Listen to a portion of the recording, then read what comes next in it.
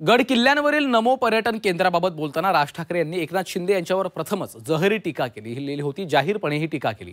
एकनाथ शिंदे खुर्चीसाठी लाचारी करतायत असा घणाघात राज ठाकरे यांनी मनसेच्या मेळाव्यात केला होता। राज ठाकरे यांच्या या टीकेनंतर शिवसेना नेत्यांनी संतप्त प्रतिक्रिया दिलेल्या आहेत। सोबतच एकनाथ शिंदे यांच्यावर कुठलीही टीका सहन करणार नसल्याचं ठणकावून सांगितलंय।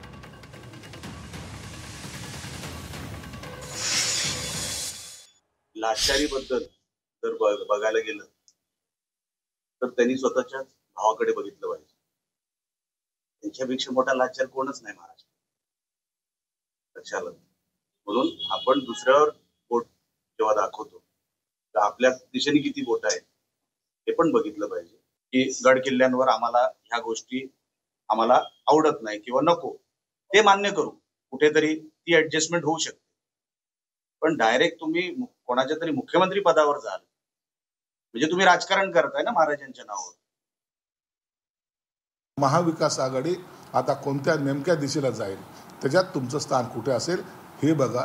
एकनाथ शिंदे काय करतात, सत्ता पाहिजे असती तर आजही आम्ही जिद्दीने सत्ता मिळवू शकलो असतो। सत्तेमध्ये आम्ही आहोत आणि समाधानी आहोत।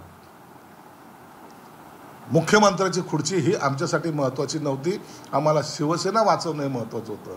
म्हणून जे काम आम्ही हाती घेतलंय ते पूर्ण केल्याचा अभिमान आम्हाला आहे। किल्ल्यांवर असं कुठंही आम्ही वेगळं पर्यटन स्थळ किल्ल्यांवर करत नाही, पण किल्ला परिसरात त्यांच्या पायथ्याशी आम्ही हे करतोय। केवळ राज ठाकरे हे आता कुठलं न कुठलं निमित्त साधून माननीय पंतप्रधान नरेंद्र मोदींच्यावर, एकनाथजी शिंदे साहेबांच्यावर टीका करण्याचा केविलवाणा प्रयत्न करतायत। त्यामुळे स्वतःची राजकीय पोळी भाजण्यासाठी राज ठाकरे माननीय एकनाथजी शिंदे साहेबांवर अशा पद्धतीचे जे आरोप करतायत ते धादांत चुकीचे आहेत, अपुऱ्या माहितीच्या आधारे आहेत।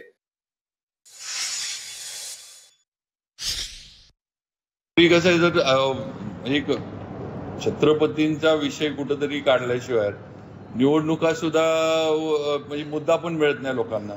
त्यामुळे ते आता गड किल्ल्यांवर नमो आपलं हे उभं केलं, सेंटर उभं केलं, पण त्याची माहिती तरी घ्यावी किंवा ते नमो सेंटर जे उभं राहतं ते काय आहे, त्याच्यामधनं काय होणार आहे, काय येणार आहे, तिथं शिवभक्तांना सुविधा वगैरे मिळेल, ते काय असेल त्याची माहिती घ्यावी आणि मग विरोध करावा। नुसतं निवडणुका यायला लागल्यात म्हणून विरोधाला विरोध हा नेते मंडळींनी करू नये।